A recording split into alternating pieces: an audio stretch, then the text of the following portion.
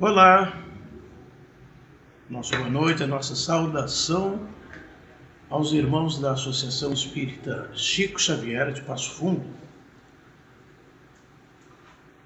ocasião que nós agradecemos a oportunidade desse convite e vamos pedir a Deus e a Jesus que nos ilumine, nos protejam para que possamos levar a bom termo esse trabalho que nos dispusemos a fazer na noite de hoje. Então, que os amigos espirituais nos auxiliem, os guias espirituais da casa também nos protejam e que possamos realmente realizar o trabalho da melhor maneira possível. Na noite de hoje, ou no dia de hoje, nós vamos tratar de um assunto que eu tenho notado que tem sido atualmente muito tocado nas sociedades espíritas, porque parece que as casas, o movimento espírita começou a notar a necessidade de um retorno, a necessidade de se evidenciar mais os ensinamentos de Jesus. O Espiritismo tem tantos conhecimentos que nos proporciona tantas utilidades, mas principalmente através do Evangelho segundo o Espiritismo, que nos mostra a parte moral, a parte indiscutível da doutrina do Cristo. A gente nota que o mundo parece que está deixando um pouco de lado isso aí. E o Espiritismo tem essa oportunidade de nos fazer, através do Evangelho, a gente refletir sobre o assunto e, principalmente, não apenas refletir, mas também de tentar vivenciar. Nós escolhemos o tema para essa ocasião, o tema Jesus, esse desconhecido. Ora, se fala tanto em Jesus, se diz tanto sobre Jesus, e aí eu vou apresentar um tema chamando Jesus de desconhecido, ou dizendo que Jesus possa ser um desconhecido. Nós vamos chegar lá. Vamos basear nosso trabalho, não especificamente neste livro, não apenas nesse livro, o Evangelho e o Cristianismo Primitivo, do nosso amigo Severino Celestino da Silva, ilustre conhecedor das traduções bíblicas, na minha opinião, o maior conhecedor espírita das Escrituras, tradutor, o homem que trabalha diretamente com o hebraico, com o grego, que conhece profundamente o assunto, tem nos servido de base, não só para esse trabalho, para outros trabalhos também, com os vários livros que ele tem escrito. Então, nós tomamos algumas ideias desse livro e de outros livros do Celestino, que correspondem ao que nós entendemos, que nós realmente queremos que seja necessário o Espiritismo conhecer, porque muita gente não conhece as obras do Severino, não conhece as obras das Escrituras. Nós, espíritas, nos distanciamos das Escrituras. Nós temos apenas o Novo Testamento, o Evangelho, que, segundo o Espiritismo, que já é um trabalho que Kardec fez na parte moral, especificamente, mas nós nos distanciamos das Escrituras. Um defeito de formação, nós realmente temos esse problema. A maioria das pessoas não conhece e não examina. A gente tem procurado conhecer um pouco para poder entender algumas coisas que estão mal explicadas. Nos dias Celestino, ao iniciar o trabalho, as pesquisas arqueológicas e os estudos realizados em busca da comprovação dos fatos sobre a vida de Jesus têm demonstrado que nem tudo ocorreu como narram os textos sobre as origens do cristianismo. Nem tudo corresponde exatamente a essas narrativas, não são exatas sobre isso. Até o final do século II, parece que o cristianismo teve uma característica diferente do que passou a apresentar após essa data. Por que isso? Porque até o século I, entre o século I e o II, predominava dentro do cristianismo a corrente, os ensinos liderados por Tiago, irmão de Jesus, em que tinha por base, o trabalho dele eram as obras, a caridade, a assistência. Essa era a fundamentação do trabalho de Tiago, que durou um século. Né? O cristianismo de Tiago foi judaico-cristão. A gente não pode nunca esquecer justamente a situação de que Jesus era judeu e veio falar para o povo judeu. A primeira mensagem dele, especificamente, é em favor do povo judeu. O cristianismo de Tiago foi judaico-cristão e baseado nos ensinamentos de Jesus.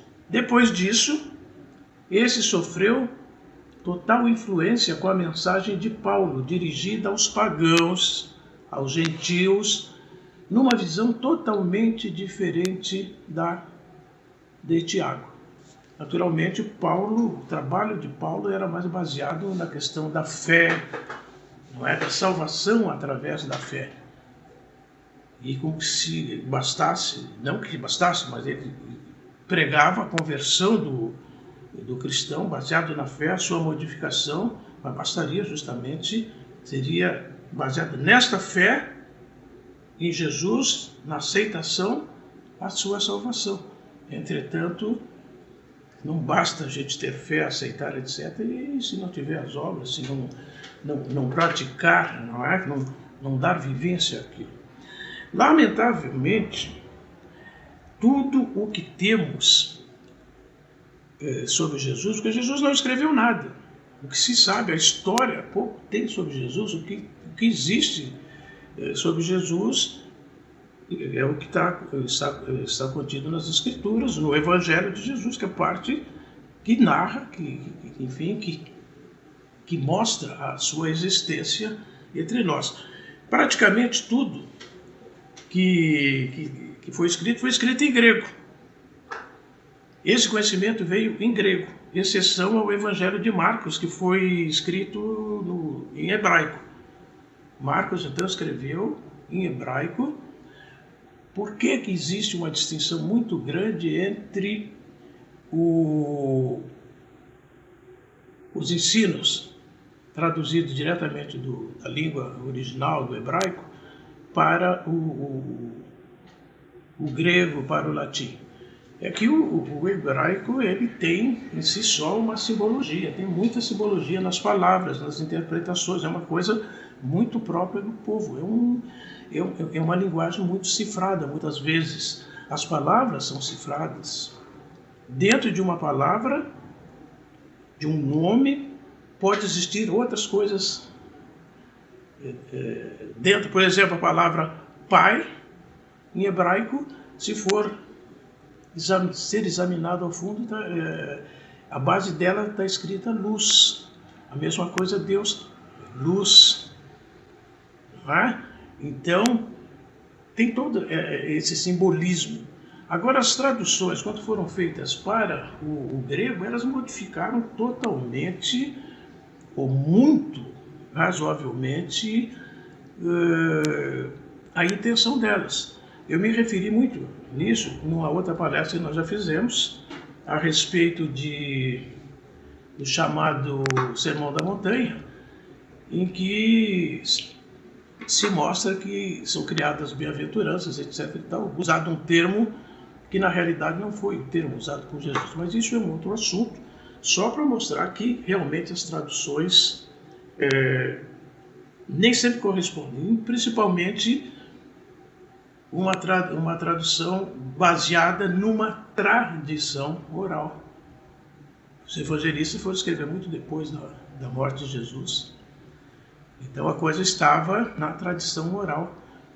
Mas como era em hebraico, ainda, no caso de Mateus, ele pôde fazer essa interpretação, pôde fazer essa tradução, esses escritos mais ou menos dentro da originalidade. Agora já nas traduções já foram se perdendo as coisas. Jesus foi fiel à Torá, que era a base do conhecimento religioso do povo judeu. Os sentidos dos seus ensinamentos, eles foram modificados, e a própria mensagem de Jesus deixou de ser judaica e passou, no fim das contas, a se romanizar com o domínio do Império Romano, com a aceitação política, porque na realidade a aceitação e a conversão ao cristianismo foi apenas uma questão para dominar o povo, para terminar acabar com uma série de inconvenientes que estavam tendo. Então adotaram e tomaram conta da igreja, depois essa coisa toda, e acabou por ela se romanizar. Então a própria mensagem de Jesus ela foi se modificando. Nós vamos ver que Jesus é apresentado assim como um ser extraordinário. Então a gente pergunta, afinal de contas, que Jesus é esse? Quem era esse Jesus? Ele seria esse ser extraordinário que apareceu lá na Galileia, lá entre os judeus? Ele nunca frequentou igrejas, né? Jesus nunca frequentou igrejas, ele frequentava sinagogas, não é? Ele tinha uma conduta ilibada, cheia de mensagens, de realizações. Então, teria sido ele um homem extraordinário que surgiu do nada? Ou ele teria sido um extraterrestre? Há muitas teorias de que Jesus, que toda a deidade que criou o homem, que criou a civilização, tem as suas origens extraterrenas. Eu não descarto essa possibilidade. Há muita informação a respeito e muitas possibilidades realmente que possa ter sido um extraterrestre, mas na realidade ele era um extraterrestre porque ele não era da Terra, ele veio de outro lugar, não é? Ele teria sido um iniciado, um conhecedor das ciências ocultas, que teria vivido entre os essênios, teria aprendido uma série de ensinamentos que não eram dominados pelos demais judeus. Ele tinha um conhecimento superior a todos eles, inclusive superior aos rabinos, aos doutores da lei. Ele não se intimidava de falar na sinagoga, de discutir com os rabinos mais importantes, e o seu conhecimento deixava todo desdobrado. Mas onde teria feito essa iniciação?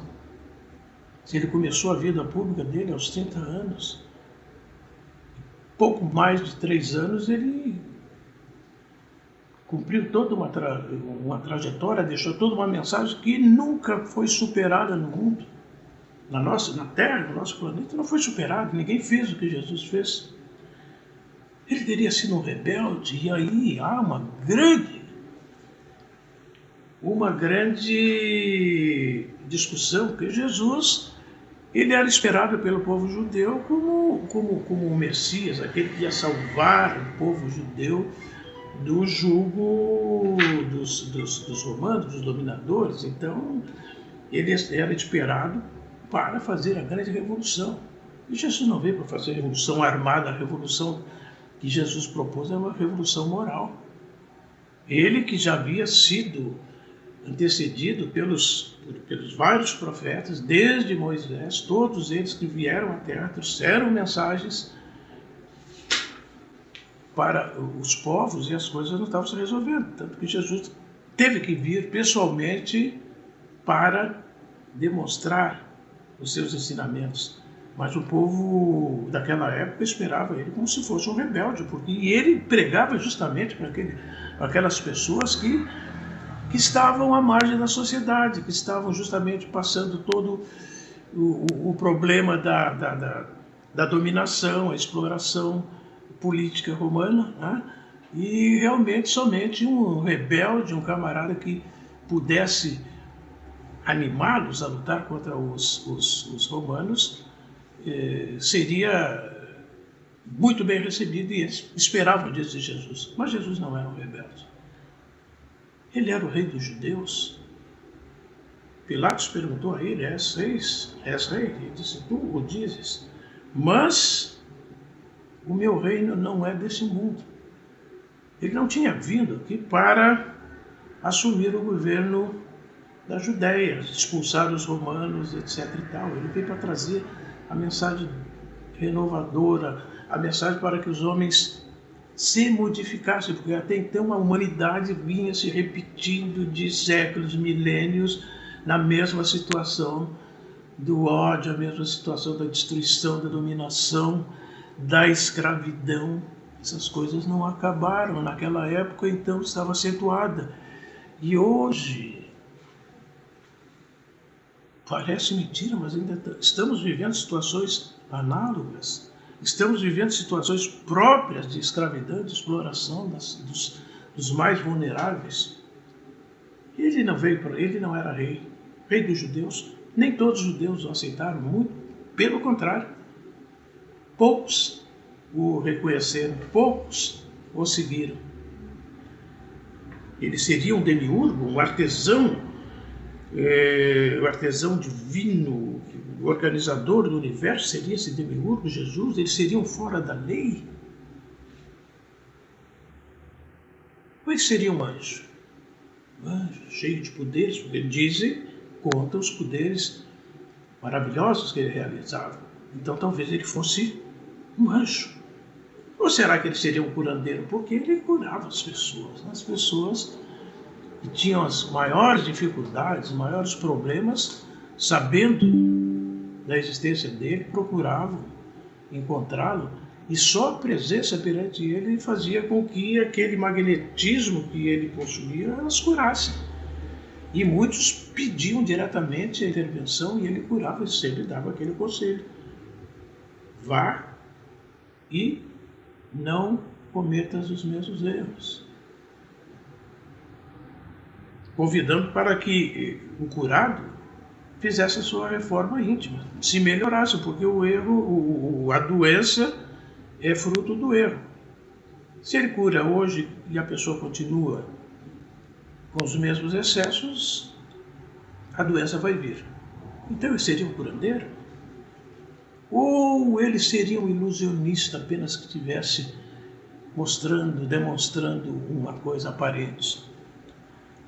Talvez um taumaturgo, aquele que opera milagres, ele operava milagres. Então, seria somente isso? Ou seria um paranormal? Paranormal, segurando suas mãos, curando. Quantos paranormais a gente vê, sabe da existência, né? Mas ele seria o próprio Deus, talvez. E aí nós vamos entrar numa questão interessante. Porque, para a maioria dos cristãos, Jesus é o próprio Deus. Jesus nunca falou que era Deus. Nunca passou, ele nunca disse: eu sou Deus, porque ele sempre se referiu na existência do Pai, Criador, Pai, Deus, e Filho, ele. Foi Paulo quem afirmou, e nós vemos a importância que teve Paulo, a gente já sabe, todos os irmãos conhecem, né? A história. Realmente Paulo levou ao mundo o cristianismo, levou ao mundo a ideia, ele saiu daquele gueto, daquele território específico do seu povo e foi para o mundo. Levou a mensagem. Mas acontece que Paulo tinha suas próprias convicções. Foi Paulo quem afirmou que Jesus era um ser celestial, que existia sob a forma de Deus e era igual a Deus. Mais tarde, o Concílio de Nicéia, em 325, no ano 325, estabeleceu a divindade de Jesus e oficializou a Trindade. Não existia, Jesus essa questão de Jesus ser Deus, Filho e Espírito, essa coisa toda, foi uma questão de teologia, foi uma questão de organização da igreja, organização da doutrina. Não existia isso. Jesus nunca falou nisso. Ele, em fato, dizer eu e o Pai somos o mesmo no sentido de ser identidades, a mesma identidade. A gente se denomina de um credo porque se identificam com aquele credo. Todas as pessoas daquele credo são iguais. A maioria dos cristãos seguiu Paulo e os concílios católicos, sem observar o que Jesus falara nos evangelhos. Entre elas, vim do Pai e entrei no mundo, todavia deixo o mundo e vou para o Pai. Na hora suprema do seu desenlace, Jesus eleva suas palavras ao Pai, dizendo: Pai, em tuas mãos entrego o meu espírito. Isso está em Lucas 23, versículo 46. Meu Pai trabalha até agora e eu também trabalho, está em João. Um novo mandamento vos dou, que vos ameis uns aos outros, assim como eu vos amei.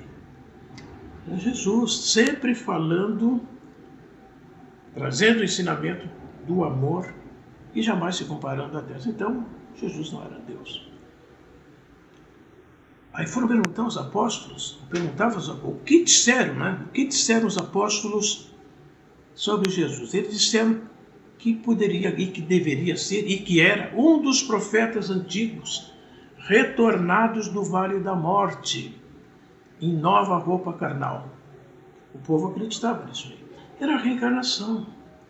Aceita, normal. A reencarnação só foi retirada dos conceitos do cristianismo em 357, se não me falha a memória, num dos concílios, que eles tiraram a questão da reencarnação, mas a reencarnação era própria. Os próprios judeus tinham como base seguirem para se aperfeiçoarem os 613 mandamentos, ou não propriamente mandamentos, mas os pressupostos contidos na Torá, 613. Eles teriam que cumprir todos, se aperfeiçoarem, e sabiam que numa existência não seria possível fazer isso, uma existência carnal não seria possível ninguém praticar plenamente 613 mandamentos. Nós recebemos através de Moisés os 10 mandamentos. Ninguém consegue praticar esses 10. Jesus reduziu a 2.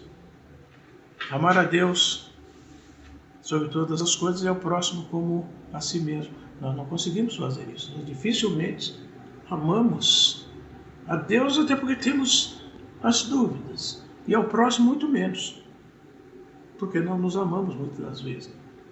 Então, os apóstolos disseram que ele era um dos antigos profetas retornados à carne.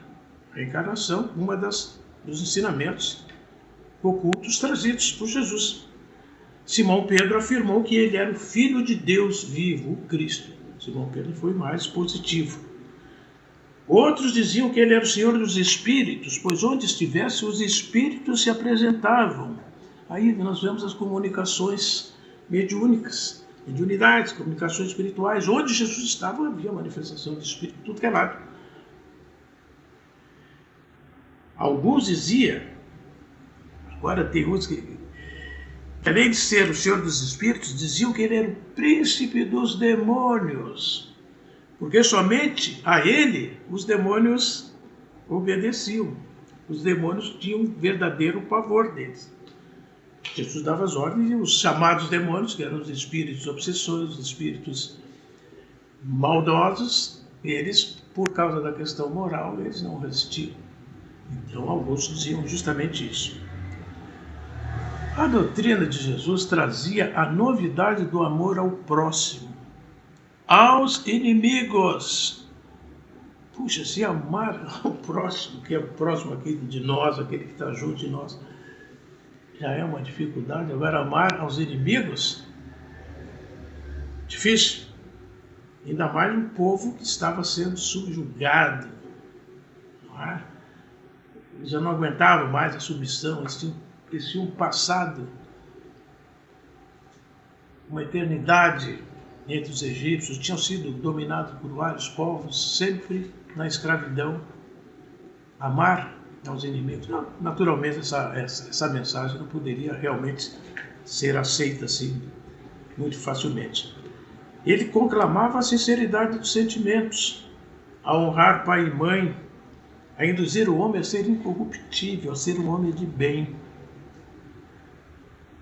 Agora, embora ele fosse judeu, tenha se dirigido exclusivamente ali ao povo judeu, essa sua mensagem cobriu o mundo. E aí nós reconhecemos o valor que Paulo teve em levar esses conhecimentos, essa coisa toda, embora as modificações que acabaram acontecendo, e principalmente não foi Paulo que fez, mas as igrejas, quando se organizaram, quando a religião deixou de ser aquele movimento espontâneo do conhecimento, do amor, da caridade, da fraternidade, passou a ser realmente uma organização, uma empresa. Então as coisas foram se adequando aos seus interesses. Mas chegou o mundo, diante da grandeza espiritual da mensagem de Jesus. Eu vou apresentar aqui rapidamente, vou ler um pedacinho aqui, numa visão que os muçulmanos têm sobre Jesus. A gente sempre acha, quando fala em muçulmano, que o muçulmano odeia Jesus, que há uma separação muito grande. Não, eles reconhecem a grandeza. Deus revelou para Jesus o Evangelho, para que servisse de guia para o seu povo. Isso aqui eu retirei de um livro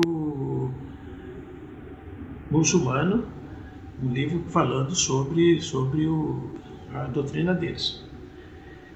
Acreditamos que o Evangelho que temos em nossas mãos hoje não é o original que havia sido revelado para Jesus. Com o passar do tempo, ele acabou sendo alterado e as palavras dos homens se misturaram às palavras de Deus. Veja a posição dos muçulmanos. Sapiência, claridade de pensamento, enxergar isso. Outra coisa, Jesus foi um grande mensageiro de Deus. O seu nascimento foi um milagre para os muçulmanos, né? E uma prova para toda a humanidade como testemunho do poder de Deus. Ele foi concebido pela Virgem Maria, sua mãe, que possui um grande status no Islã. Maria é reconhecida no Islã e é considerada a mulher mais casta e pura que já surgiu na Terra.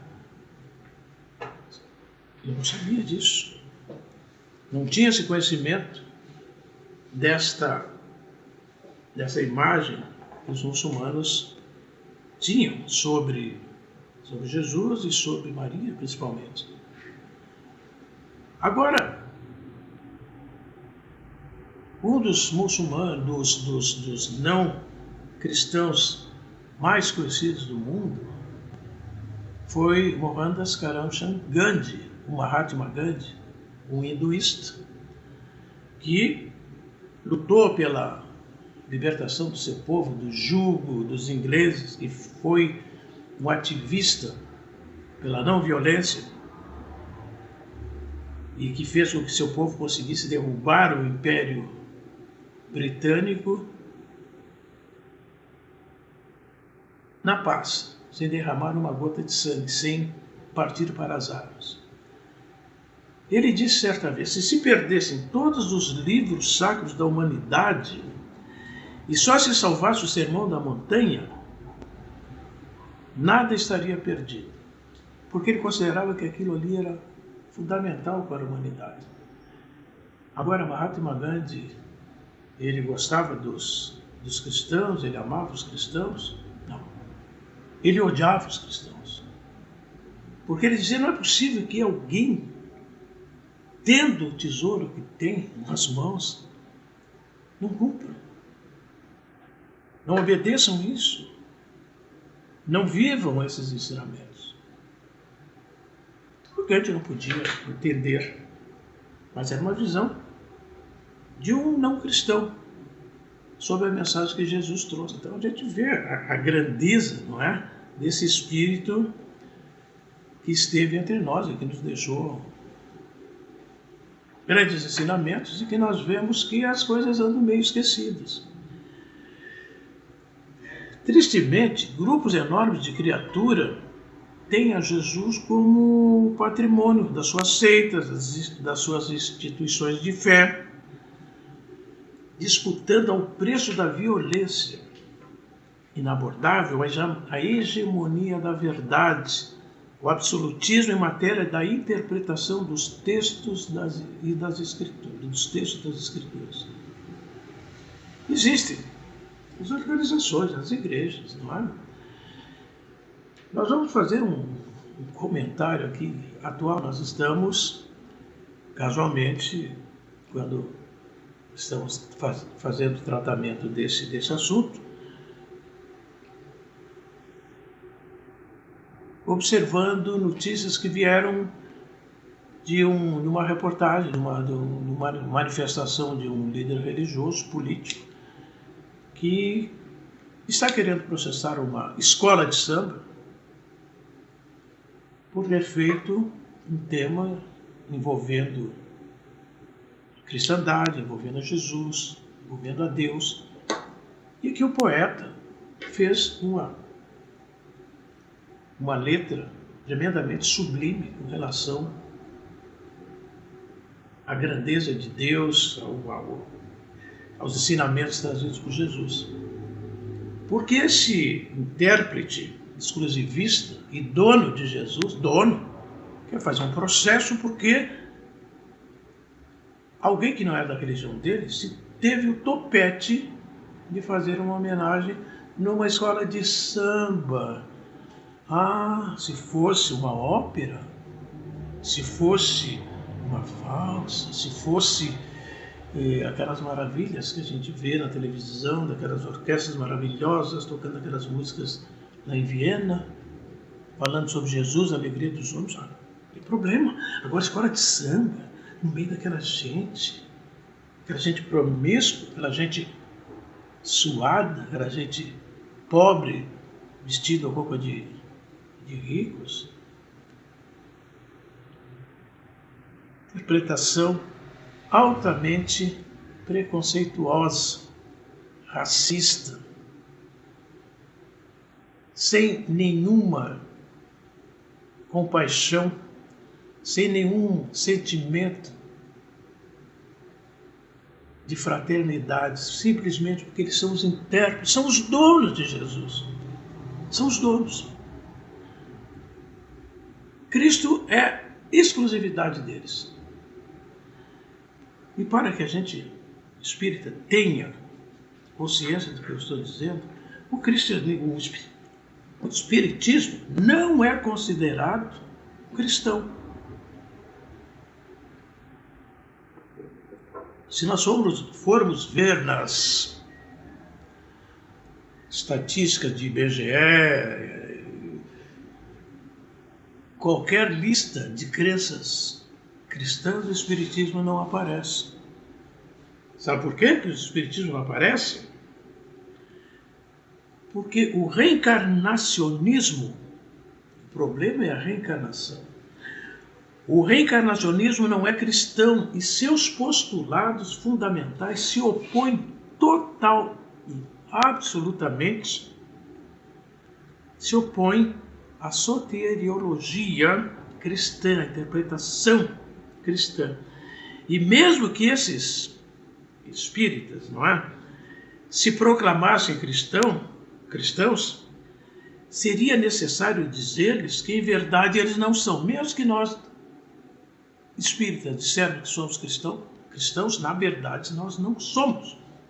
Ela é imprópria, ilegítima, e abusiva designação de cristãos adotados por pessoas, centros espíritas, terreiros ou outras entidades que, mesmo quando legalmente autorizadas a usar o título, não praticam a doutrina cristã.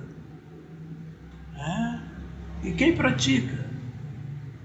É esse nobre deputado que vai processar uma escola de samba por ter usado o nome de Jesus na passarela?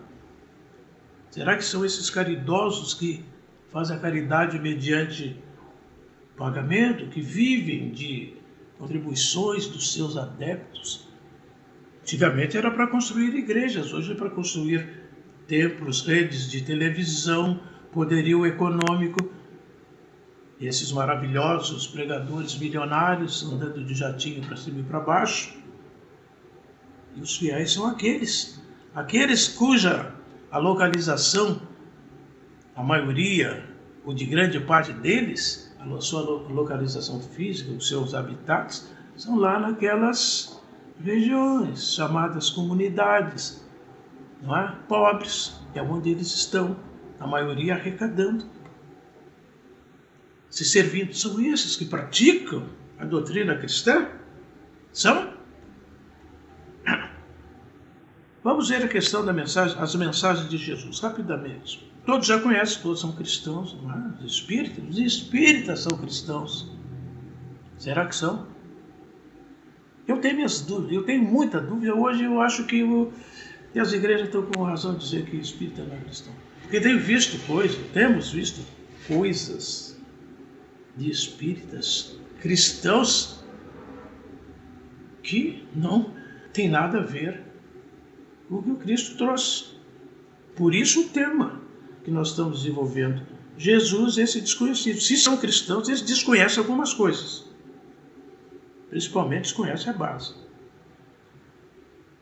As mensagens de Jesus. Ele começa dizendo que não veio destruir a Torá. A Torá é a base da religiosidade, é o ensinamento do povo judeu. Ele não veio destruir, não a lei. A lei era dos romanos. Ele não veio mexer com a lei dos romanos. Ele, quando se referiu que não veio destruir a lei, não veio destruir os ensinamentos da Torá. Ele veio dar cumprimento. Veio fazer uma interpretação mais adequada, porque os intérpretes, mesmo os rabinos, mesmo os doutores da lei, estavam redondamente equivocados. Ele faz exortações ao povo judeu, levantando o moral daquele povo subjugado para o futuro, que dessem tempo ao tempo, que persistissem, e que isso, ao final desse período que eles aguentassem, eles seriam bem-aventurados por terem suportado, por terem passado as humilhações, por terem ficado enlutados, por terem perdido seus filhos, seus cônjuges, seus amigos, por terem sido escravizados para as galés romanas.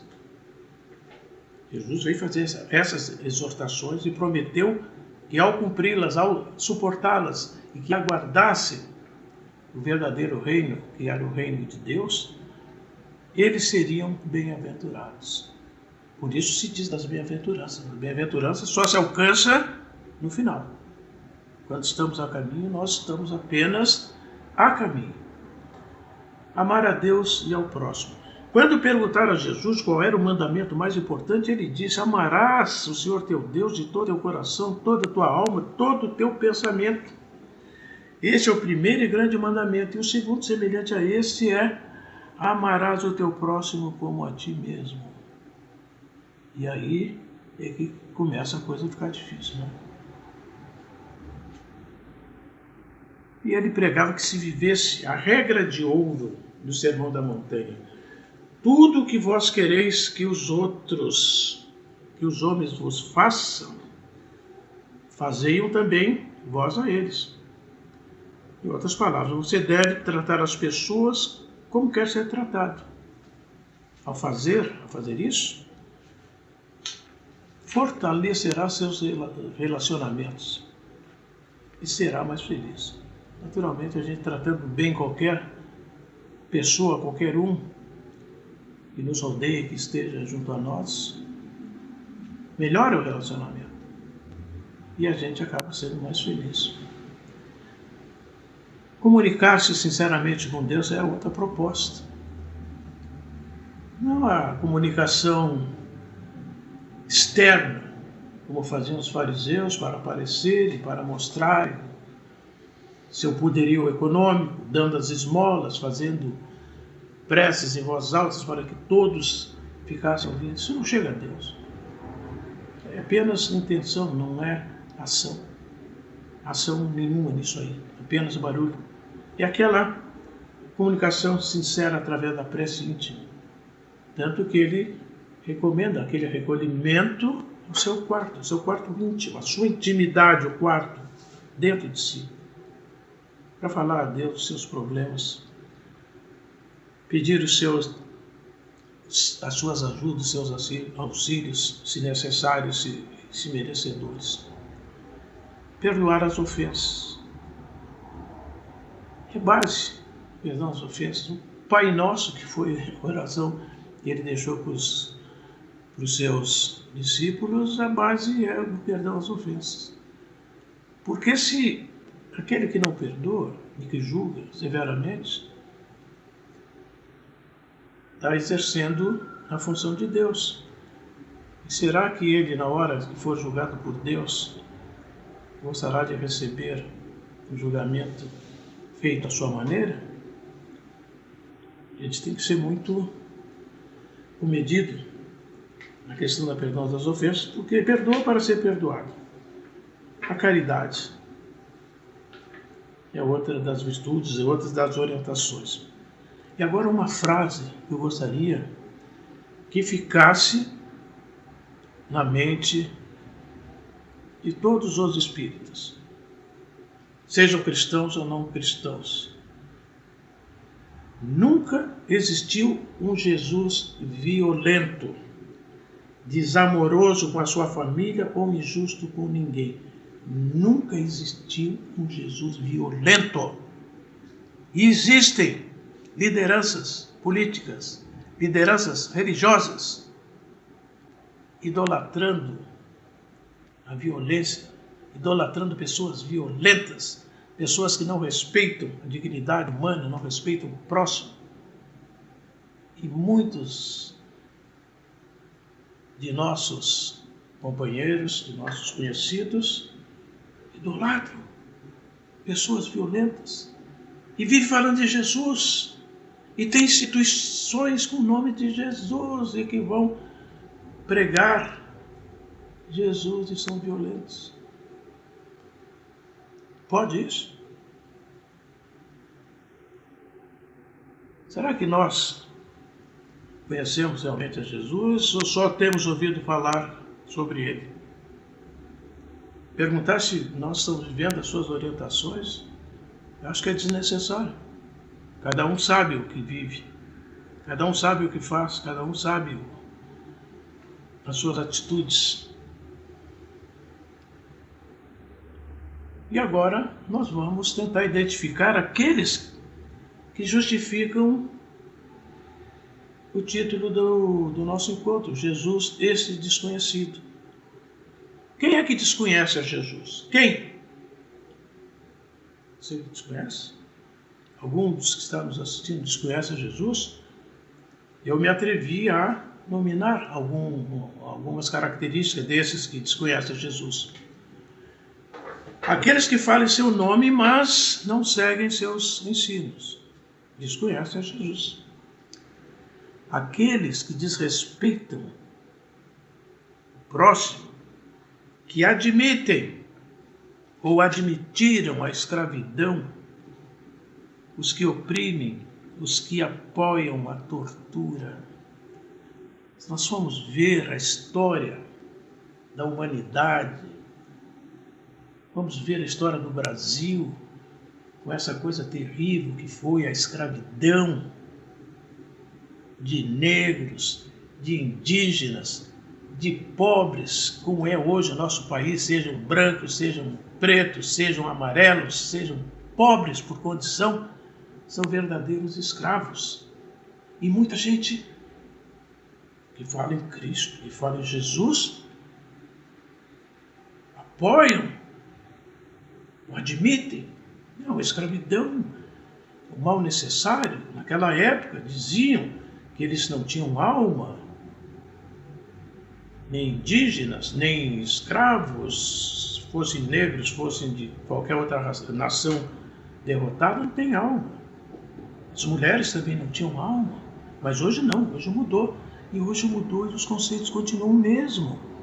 Nós estamos vendo casos de escravidão nos nossos dias, na nossa terra, no nosso estado rico, no nosso estado europeizado.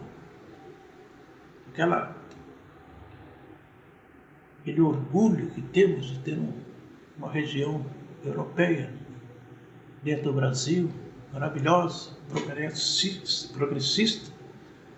E nós vemos as condições como os pobres são tratados, os humildes são tratados. Então esses que falam em nome de Deus, a igreja falava em nome de Deus e apoiava, tinham seus escravos. Os reis, os imperadores no nosso país, todos tinham escravos. Escravizar o seu próximo. Justamente o contrário do amar o próximo. Os que têm as lições de Jesus no cérebro, sabem tudo. Fala sobre Jesus, se fala sobre Escrituras, tem tudo, mas não tem no coração. Não diz a verdade, se compraz e submeter seus seguidores à ignorância, porque é muito bom a gente manter o seguidor, segundo eles, aquele que é subalterno, mantendo a ignorância, mantendo a desinformação, porque a submissão é muito mais fácil aos nossos desejos, os desejos do dominador. Esses também desconhecem. Os que ignoram os ditames do Cristo. De fato, se vocês perdoarem aos homens os males que eles fizeram, o Pai de vocês, que está no céu, também perdoará a vocês. Perdão é o remédio para a alma. Os que usam o nome de Jesus para justificar suas ações. Nós vamos fazer qualquer ação em nome de Jesus. A primeira coisa que se faz é em nome de Jesus. E fazem o que bem entendem para se justificarem, para chegar a seus objetivos, muitas vezes, e principalmente financeiros, políticos, totalmente fora do que Jesus trouxe. E aqueles que se acham superiores aos outros, ignorando que o mais sublime ser humano que já esteve na Terra era sinônimo de humildade e de amor a todos.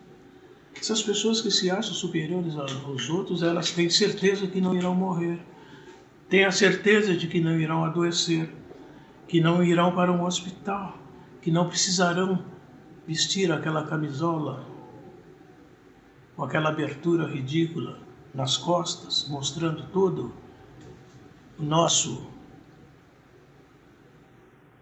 avesso, a mostra, precisando ser higienizado por terceiros. Essas pessoas que são superiores não vão passar por isso. Não vão adoecer, não vão ficar podres, não vão morrer. Quando morrerem, não apodrecerão. Será? Só porque tem dinheiro, só porque tem posição? O que é a posição? O que a gente leva quando morre? A gente leva isso? Meus irmãos, meus amigos, será que nós conhecemos a Jesus ou só o que dizem dele? Sinceramente, eu ainda estou tentando me enquadrar. Não conheço. Estou tentando conhecer. Não falo em nome dele. Eu não tenho moral para isso, para falar em nome de Jesus. Mas tento ao menos compreender, tento ao menos seguir.